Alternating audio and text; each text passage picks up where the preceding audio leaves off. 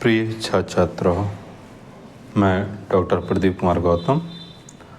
आज हम लोग अध्ययन करेंगे जागो फिर एक बार कविता नंबर 2 का, जो बीए द्वितीय वर्ष के पाठ्यक्रम में शामिल है। बीए द्वितीय वर्ष के अंतर्गत यदि हम देखें तो यह है कविता आधार पाठ्यक्रम में जो है शामिल है। तो हम लोग देखते हैं कि जो ये कविता है वह किस तरीके से महत्वपूर्ण है।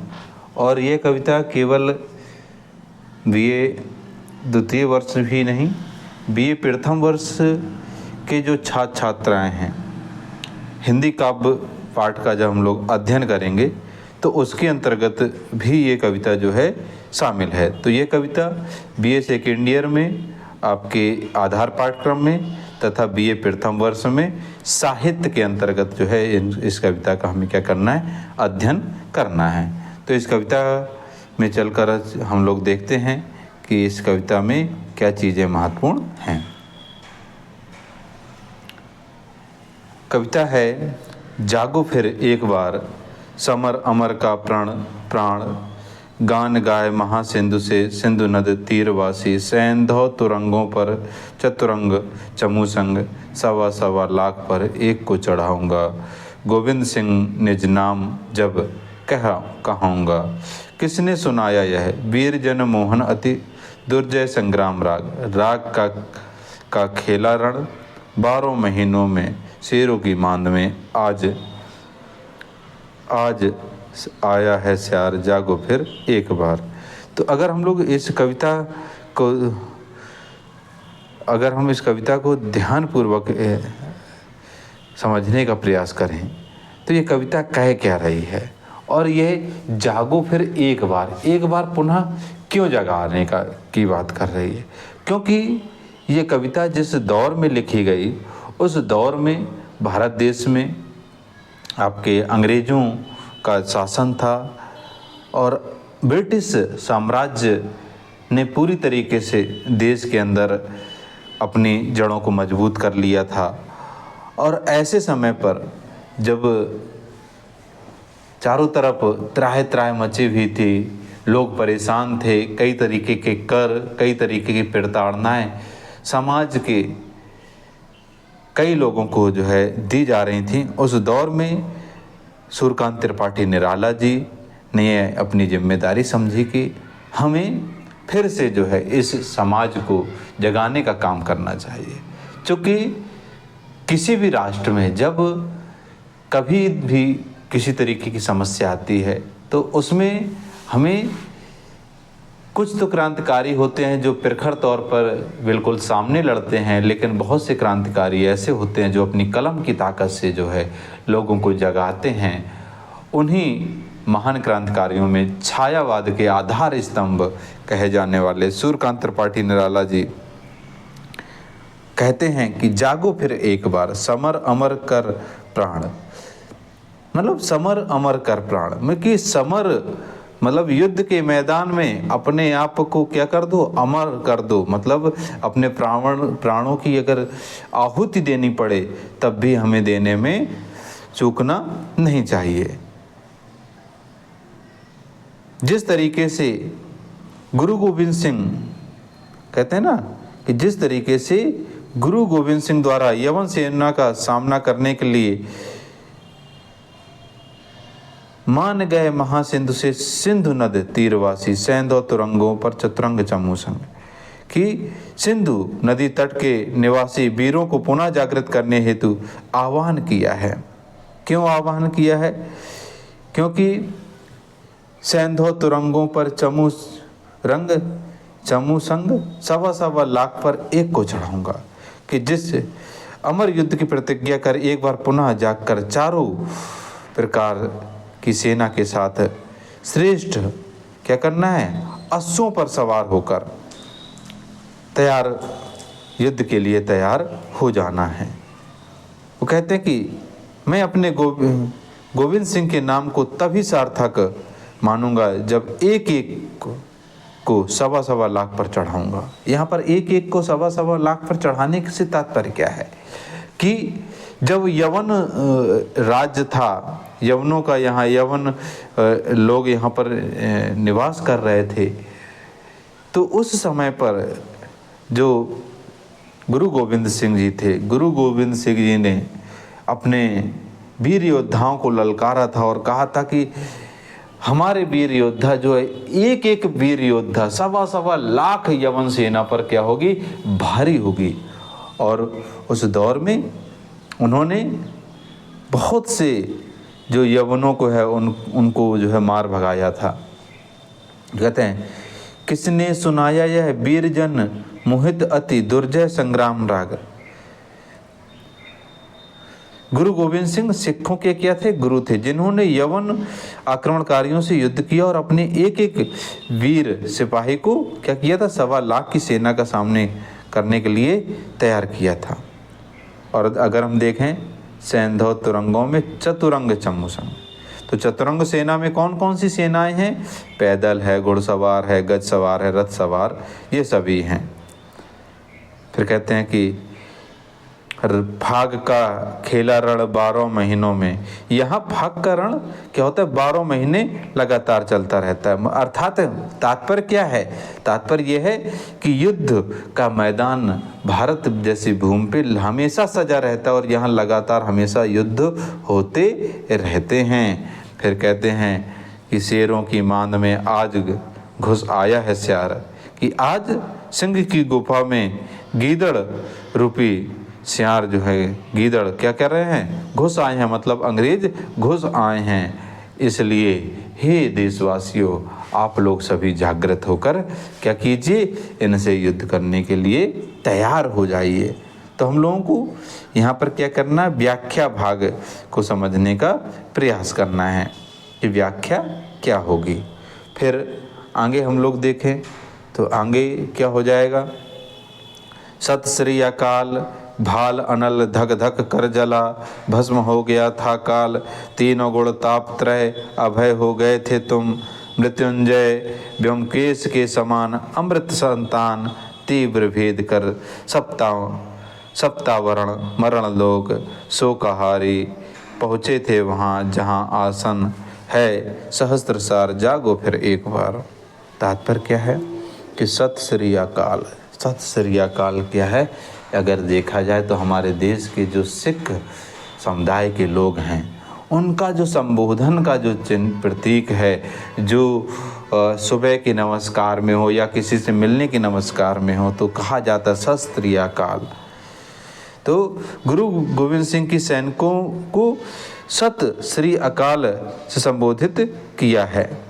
कहते हैं कि जिसे सुनकर क्या करते थे, वीरों सैनिकों की वीरता का भाव जागा, भस्म हो गया था काल, जिसमें काल भस्म हो गया था। मतलब क्या है, काल भस्म हो जाने का मतलब क्या है, मृत्यु का डर समाप्त हो जाना। काल भस्म हो जाना मतलब मृत्यु का डर समाप्त हो जाना। तीनों गुण ताप त्रय अभय हो गए थे तुम, और वीर सैनिकों के तीनों गुण, कौन कौन से वीर गुण होते हैं, गुण होते हैं सतोगुण, रजोगुण और तमोगुण, ये तीनों क्या हो गए थे। और तीन ताप कौन कौन से होते हैं, दैहिक, दैविक और भौतिक, इनका भी कोई प्रभाव नहीं रहा, मतलब ये भी क्या हो गए, समाप्त हो गए थे। और जब ये सभी समाप्त हो जाएंगे तो अभय हो गए थे तुम, मतलब तुम्हारे हृदय में जो भय का भाव है वो पूरी तरीके से क्या हो गया था, समाप्त हो गया था। फिर कहते हैं मृत्युंजय व्योमकेश के समान, कहते हैं वे मृत्युंजय किसे कहा गया है, भगवान शिव को कहा गया कि शिव के समान हो गए थे। अमृत संतान तीव्र भेद कर सप्ताह संवरण मरण लोक शोकहारी, मृत्यु लोक के लोगों को पार करके वो क्या हो गए थे, अमर हो गए थे। इसलिए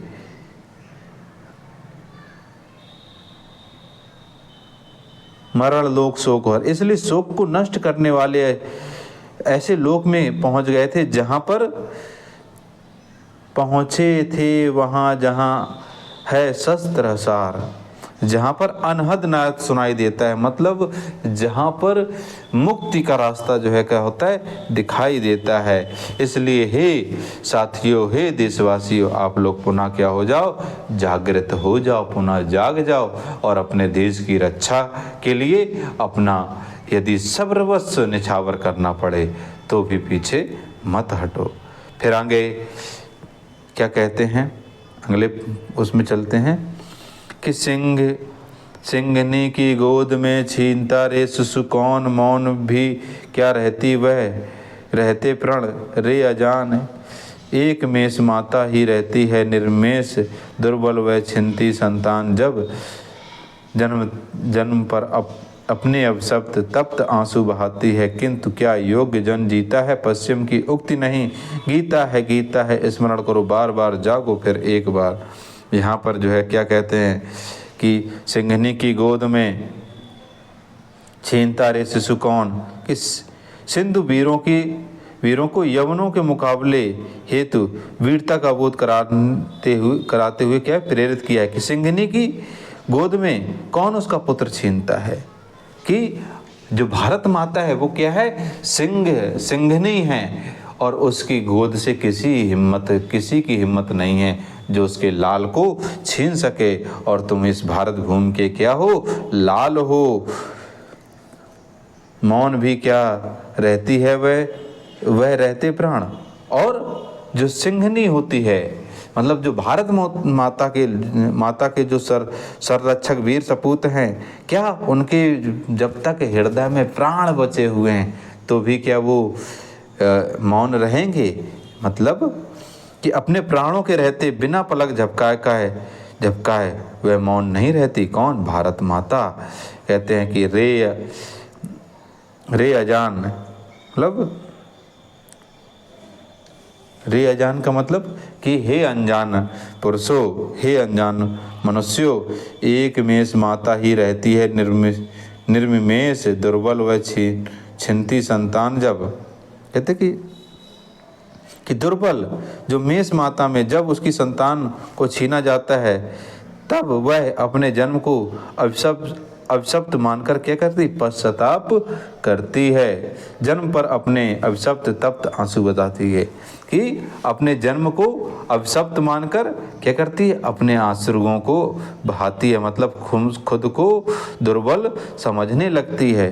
किंतु क्या योग्य जन जीता है, लेकिन इस संसार में क्या होते हैं, किंतु क्या योग्य जन जीता है, लेकिन इस संसार में क्या है, योग्य व्यक्ति ही जीवित रहता है, मतलब जो योग्य होता है वही क्या होता है, जीवित रहता है। पश्चिमी की उक्ति नहीं, कह रहे ये गीता का ज्ञान है, पश्चिमी का कोई, मतलब पश्चिम देश का कोई उक्ति नहीं है। इसलिए इस ज्ञान को क्या करो, बार बार स्मरण करो, और बार बार स्मरण करते हुए क्या करो, पुनः जागृत हो जाओ। तो यहाँ पर जो है भारत के वीरों सपूतों को क्या कर रहे हैं, अयोध्या सिंह उपाध्याय जी जगाने का काम कर रहे हैं, जागृत करने का काम कर रहे हैं। आगे हम लोग चलते हैं। पशु नहीं वीर तुम, समर सूर क्रूर नहीं, काल चक्र में ही दबे, काल चक्र में, इसमें क्या है,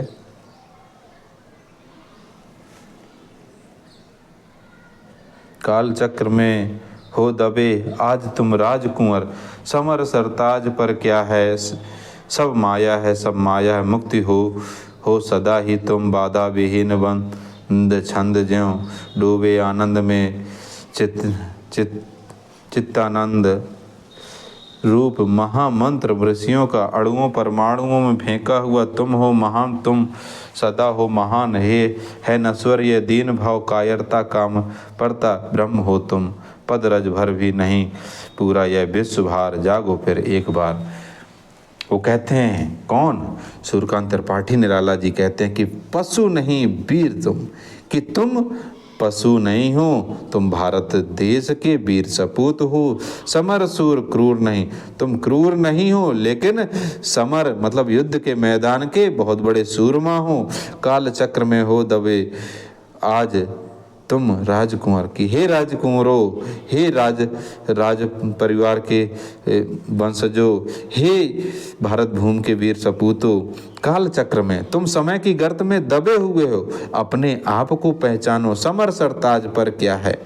और तुम क्या हो, समर युद्ध के क्या हो, ताज हो। सब माया है, सब माया है। और बाकी संसार में क्या है, सब की सब मोह माया जैसी वस्तुएं हैं। तो तुम्हें मोह माया में नहीं फंसना है। मुक्ति हो सदा ही तुम, और तुम क्या हो, सदा मुक्त हो।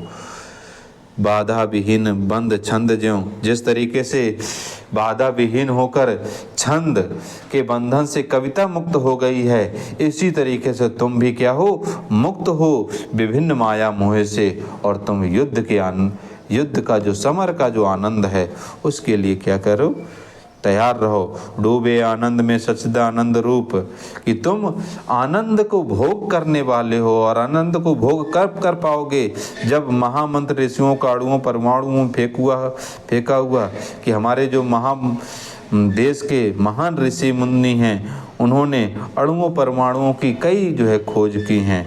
तुम हो महान, तुम सदा हो महान। इसलिए हे भारत के वीर सपूतों, तुम महान हो, तुम हमेशा महान रहोगे। है नश्वर यह दीन भाव, जिसके मन में दीनता का भाव है, वही जो है क्या है, नश्वर है, वो नाश होने वाला है। कायरता काम पड़ता ब्रह्म हो तुम। और नश्वर क्या है, कायरता है। अगर कायर आप हो जाते हैं युद्ध के मैदान, जब हमें ज़रूरत है देश के खातिर युद्ध करने की, जब अगर हम भाग खड़े होते हैं तो हम कायर कहलाए जाएंगे, काम पड़ता। और हमें काम में ही हमेशा संलिप्त नहीं रहना। ब्रह्म हो तुम तो एक ब्रह्म का क्या हो, अंश हो, ब्रह्म का एक रूप हो। पद रज भर नहीं यह पूरा यह विश्व भार, और ये तुम्हारे पैरों की धूल के बराबर नहीं है। ये कौन सा विश्व के जो लोग हैं। इसलिए हे मनुष्यों, तुम क्या करो, जाग जाओ। और अपने देश की आन बान शान के लिए तुम्हें युद्ध के मैदान में उतरना पड़े, समर के मैदान में उतरना पड़े, तो भी पीछे मत रहो। यहाँ पर जो है आपकी कविता क्या हो जाती है, समाप्त हो जाती है। अभी हम लोगों ने इस कविता की व्याख्या जो है क्या की है, पढ़ी हुई है। तो आप लोगों को यह वीडियो कैसा लगा, आप लोग कमेंट्स करके ज़रूर बताएं। साथ ही आप लोग इस चैनल में, मेरे चैनल में पहली बार आए हैं तो चैनल को सब्सक्राइब करें, वीडियो को लाइक करें तथा अपने मित्रों को शेयर करें। आप सभी को बहुत बहुत धन्यवाद।